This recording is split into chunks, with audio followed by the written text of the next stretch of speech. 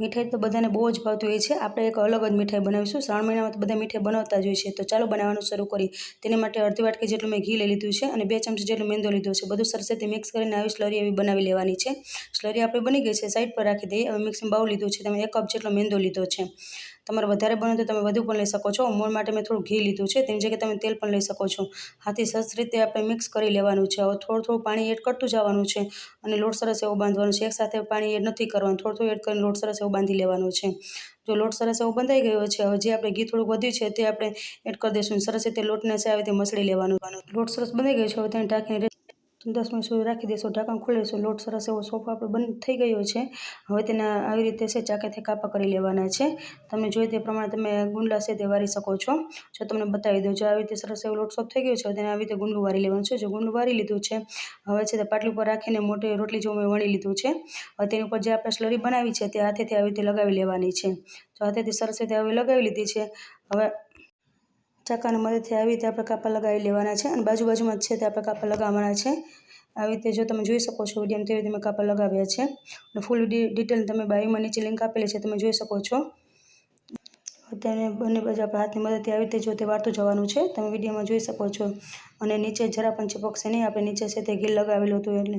અને બીજી સાઈડથી પણ આવી રીતે કરી લેવાનું છે। બંને સાઈડ આવી રીતે છે તે ભેગા કરી લેવાના છે। લચ્છા છે અલગ નહીં થાય, તમે ટેન્શન ના લેતા જો આવી રીતે સરસ થઈ ગયું છે। તેની ઉપર જે સ્લરી બનાવી છે તે લગાવી લેવાની છે। સ્લરી આપણે લગાવી લીધી છે, તેને આવી રીતે લાંબુ કરતું જવાનું છે। થઈ ગયું છે। હવે 3 આંગળી વચ્ચે છે આવી રીતે રાખીને ગોળ વાળતું જવાનું છે। જે ઉપરનો ભાગ છે નીચે આવી રીતે પ્રેસ કરી લેવાનો છે। હાથથી જો આવી રીતે પ્રેસ કરી લે સરસ એવી રીતે બની જાય। તેવી જ રીતે મેં બધા બનાવી લીધી છે। પહેલેથી તેલ ગરમ કરવા રાખી દીધું હતું, જે હવે આપણે નાસ્તો બનાવ્યો તે આપણે તેને તરી લેવાનો છે। બંને બાજુ સરસ એવો ક્રિસ્પી થાય ત્યાં સુધી આપણે નાસ્તાને છે તે તરવાનો છે। અને ગેસની ફ્લેમ છે તે હાઈ નથી રાખવાની, જો હાઈ રાખશો તો ઉપરથી ક્રિસ્પી થાય, અંદરથી કાચો રહેશે। ગેસની ફ્લેમ છે તે મીડિયમ રાખવાની છે। મીડિયમ ગેસ ઉપર છે આપણે સરસ રીતે આપણે તરી લેવાનો છે। જો સરસ એવો નાસ્તો આપણે તરાઈ ગયો છે, તેને હવે આપણે જારામાં છે તે લઈ લઈએ, વધારાનું તેલ છે તે નીકળી જાય। તેને સાઈડ પર રાખી દઈએ। હવે છે તેને આપણે મીઠાઈ બનાવવાની છે, એટલે આપણે પહેલાં એક મોટું પેન લીધું છે, તેમાં 1 વાટકી જેટલી ખાંડ લીધી છે, એમાં થોડુંક પાણી એડ કરી દઈશું। હવે ખાંડને છે તે આપણે મેલ્ટ કરવાની છે, ચાસણી લેવાની કોઈ જરૂર નથી। આપણી ખાંડ સરસ એવી મેલ્ટ થઈ ગઈ છે। જો તમને બતાવી દે આવી રીતે ખાલી ચાસણી આપણે લેવાની છે, ખાલી ચીપચીપી છે એવી જ ચાસણી આપણે લેવાની છે। એટલે ચાસણી લેવામાં કોઈ ડર રાખવાનો નથી। જે લોકોને મીઠા નથી આવડતી તે લોકો પણ આરામથી આ મીઠાઈ બનાવી શકશે।